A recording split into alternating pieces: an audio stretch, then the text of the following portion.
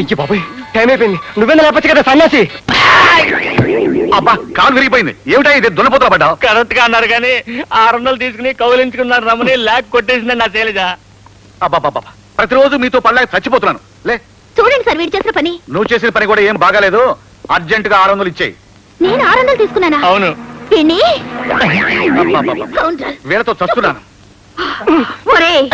నువ్వేంటి ఇక్కడికి వచ్చావు? నువ్వు చేసిన ఏదో పనికి ఎక్కడున్నా రావాలరా. ఏమండి ఈ ఎదవ ఏం చేశాడు అసలు? ఏం చేశాడు? రాత్రంతా నా పక్కలో పడుకొని నాకు ఇవ్వాల్సింది పోయి నా పర్స కొట్టేశాడు. అదేంటండి అలా షాక్ అయ్యారు? మీ పర్సు కూడా కొట్టేశాడా?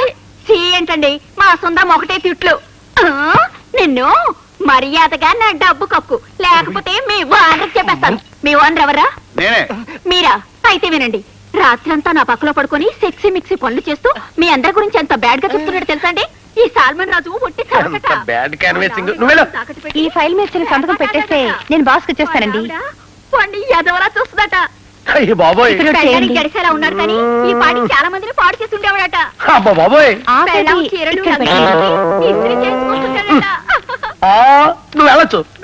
నన్ను వెళ్ళమనే హక్కు మీకు ఈ జన్మలో లేదు. హక్కుల గురించి మాట్లాడుతున్నావు ఏంటా? మళ్ళీ ఇక్కడే జరుగుతుంది. ఏం లేదు సార్. ఏమీ లేదా సార్? మీరే ఈ ఉత్తరాన్ని ఒకసారి చదవండి సార్. డియర్ లలిత, అచ్చం నాలాగే ఉండి నీ భర్త నువ్వు కోల్పోయావని మొన్నే తెలుసుకున్నాను. నా భార్య గ్రేసి ఒక రాక్షసి. త్వరలోనే దానికి విడాకులు ఇచ్చేసి నేను పెళ్లి చేసుకుంటాను. ప్రియమైన సాల్మన్ రాజు. ఏమయ్యా నీకు అసలు బుద్ధి జ్ఞానం మంచి చెడ్డ ఉన్నాయా? అందుకే నీ భార్య ఇంత హీనంగా చూస్తుంది. అది కాదు. ఎంత భర్త పోతే మాత్రం ఆడదాన్ని లోకు చేస్తావా? ఆగండి. వీడేంటి ఇలా బీసుకుపోయాడు? టైం ఎంత అయింది? ఈ ఆలస్యానికి కారణం నేను కాదు సార్. ఇదిగో ఈ వెధవ. వీడు బాత్రూమ్ లో ఉండగా నా కర్మగాలి ఒక బొమ్మ గీశానండి. దానికి వడ్డాది పాపయ్య గారి లెవెల్లో అందంగా సుందరి అని పేరు పెట్టాను సార్. అది చూసి వీడు థ్రిల్ అయిపోయాడట.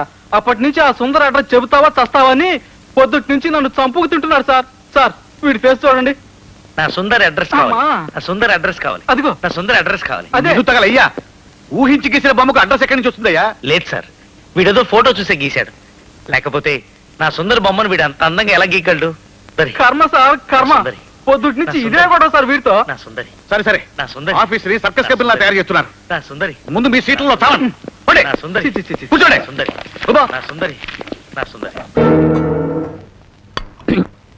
అమ్మగారు, ప్రపంచంలో నా అంత చాదస్తుడు లేడనుకున్నాను కానండి మిమ్మల్ని చూస్తే నేనే నయం అనిపిస్తుందండి.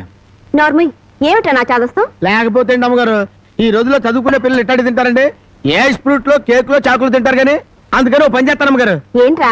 సరాసరి చెరువు కట్టుకెళ్ళి అక్కడ కూకుని ఇవన్నీ శుభ్రంగా తినేసి కడుపు నిండా నీళ్లు తాగి చిన్నమ్మాయి గారి దగ్గరికి వెళ్ళి మీరు బాగున్నారని చెప్పేస్తానండి. ఆ పని చేసావంటే వాతలు పెడతాను. నీ బుద్ధి తెలిసే ఇదిగో ఇందులో పెట్టాను, ఇవి తిను. అయ్యారు అమ్మాయి గారికి ఏం చెప్పమంటారండి? అందరూ బాగున్నారని బాగా చదువుకోమని చెప్పు. బాగా చదువుకోమని చెప్పడం ఏంటంటే బాగా చదువు చెప్పమని టీచర్లకి టీచర్లకి వార్నింగ్ ఇచ్చి వచ్చేస్తారండి. చాలారా అలాంటి పని చేయకు. నేను ఎందుకు చెప్తానండి, ఊరికి అలా అన్నానండి. అమ్మా ఒళ్ళు పెరిగింది కానీ బుద్ధి పెరగలేదురా నీకు.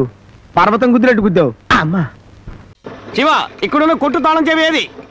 నాకేం తెలుసు ఎక్కడుందో. అన్ని తాళం చెవులు ఉన్నా అది ఒకటి ఎలా మాయమవుతుంది? తాళం చెవి నా దగ్గర ఉంది. కొట్టు క్లోజ్ చేశాను. మర్యాదగా వెళ్ళిపోండి. మళ్ళీ మొదలెట్టావా? ఇది మా ఇద్దరి సమస్య. ఇందులో నువ్వు తలదూర్చుకో. ఇది ఇట్టా వినే రకం కాదు. ఒక్క పోటు పుడిచి జైలుకి వెళ్తాను. కేసు నువ్వు టేకప్ చేయి. తొందర పడకు. కేసులో ఓడిపోతే నేనున్నానుగా, నాకు వదిలే.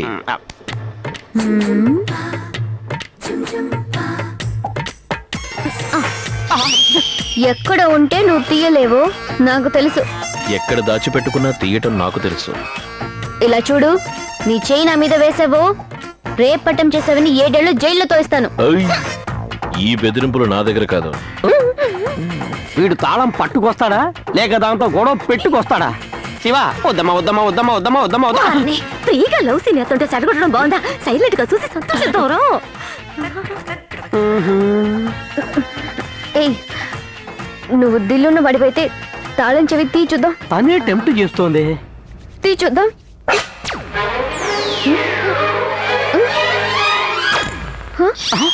తీసాడే.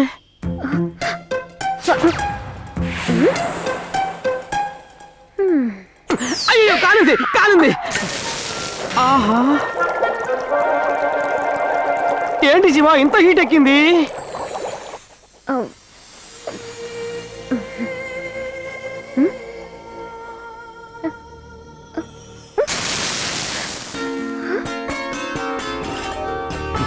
ఆ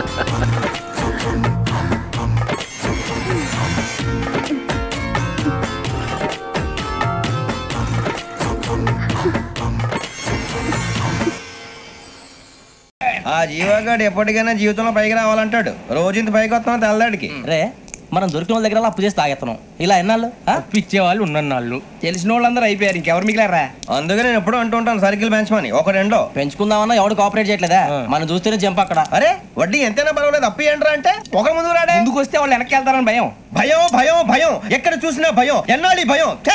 మనల్ని చూస్తే మనకే పరమ అసహాయం చేస్తుంది. మనకే కాదు ఊళ్ళో వాళ్ళందరూ కూడా అదే ఫీలింగ్. అందరూ డిగ్రీ 3 సంవత్సరాలు చదివి పాస్ అయితే మనం 6 సంవత్సరాలు చదివి పాస్. మరి ఉద్యోగం ఎవడి? ఉద్యోగాలు ఇవ్వక అప్పులు ఇవ్వక తాగేది ఎలాగా బతికేది ఎలాగా? అరే మనం మాత్రం మనుషులం కాదా? మనకి కోరికలు ఉండవా? ఇప్పుడు మనం ఆలోచించాల్సింది అది కాదు, రేపటికి ఎవరిని చంపాలి. కాలనీలో ఎవరు సార్?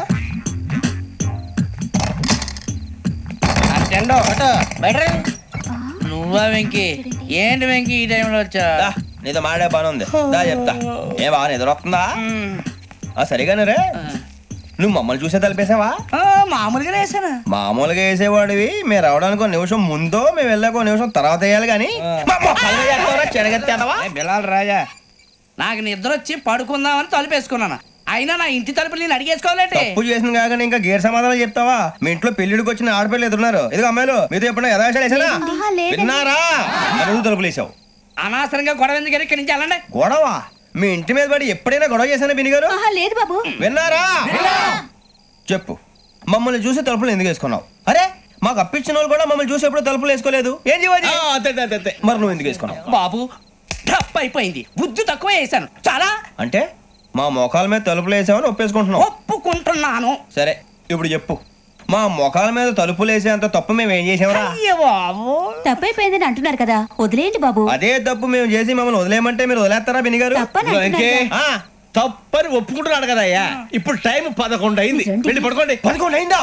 కొమ్ము ఉంచాడు కదా. నాకు సంబంధం ఏంటి? ఉంది, సంబంధం ఉంది. 11 గంటలకి నా క్లోజ్ ఫ్రెండ్ ఢిల్లీ వెళ్తున్నాడు. 5,000 అప్పిస్తానని ఎయిర్పోర్ట్ రమ్మని చెప్పాడు. నీ గొడవలో పడి ఆ సంగతి మర్చిపోయాను. ఇప్పుడు నాకు జరిగిన నష్టానికి భర్తీ ఎవరు చేస్తారు? మీరా మీరా మీరా? ఎవడు పడితే ఎందుకు చేస్తాడా భర్తీ? భలే వాడి నువ్వు తప్పు ఎవడు చేసా వాడే చేస్తా. దానికి కారణం ఈ 10 మనిషే కదా. వాడే చేస్తా. భగవంతుడా నన్ను ఆశీర్వదించు. కృషితో నాస్తి దుర్భిక్షం అన్నారు. నేను నిన్ను ఫాలో అవుతున్నాను, నువ్వు కూడా నన్ను ఫాలో అయిపో. బాబు ధర్మం చేయండి బాబు. చిల్లర లేదు. ఎక్స్క్యూజ్ మీ సార్, చాలా కాలంగా నన్ను ఒక సమస్య పట్టి పీడిస్తోంది. ఏమిటి మీ సమస్య? స్వర్గానికి వెళ్ళాలంటే ఏం చేయాలి? అదే వెరీ సింపుల్. ఏదైనా ఒక ఆర్టీసీ బస్ ఎక్కండి, నేరుగా ఏ వాగులోకి వెళ్ళిపోతుంది. మీరు డైరెక్ట్ గా స్వర్గానికి వెళ్ళిపోతారు. అసలు బస్ ఎక్కే పనే లేకుండా మీరు డైరెక్ట్ గా స్వర్గానికి వెళ్ళే పాయింట్ చెప్పరా? నన్నా ఎలా? ఏమీ లేదు సార్, నేను ఒక నిరుద్యోగిని. ఒక పెద్ద కంపెనీలో నాకు ఇంటర్వ్యూ వచ్చింది. అక్కడ దాకా వెళ్ళడానికి బస్సు ఉంది, కానీ జేబులో డబ్బు లేదు. ఒక్క 10 రూపాయలు ఇచ్చారంటే నేను ఆ ఇంటర్వ్యూకి వెళ్ళానంటే నాకు ఉద్యోగం వచ్చేస్తుంది, మీకు పుణ్యం వచ్చేస్తుంది. క్లాస్ బెగ్గింగ్ లేవు. ఎక్స్క్యూజ్ మీ, మీకు స్వర్గానికి వెళ్లే సదవకాశం కల్పిద్దామని వచ్చాను. నేను ఇప్పుడు అక్కడి నుంచే వచ్చాను. స్వర్గానికి వెళ్ళొచ్చిన ఫేస్ ఒక్కసారి పేపర్ తీస్తారా? నాకు తీసి అలవాట్లేదు. అంత చండాలంగా ఉంటుంది ఆ ఫేసు. ఎవరు? బాసు నువ్వా? బోసు నేనేరా. బస్ స్టాండ్ లో అడుకుంటావేంటి? స్టేషన్ లో అడుకోవడానికి సెంట్రల్ నుంచి పర్మిషన్ కావాలంటగా.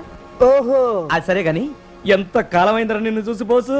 బాసు బోసు బాసు ఇంతకీ నాకు రూపాయి దానం చేస్తారా లేదా? నాకు చెప్పి నువ్వు అడుకుంటున్నావేంట్రా? నేను కాదు వాడు.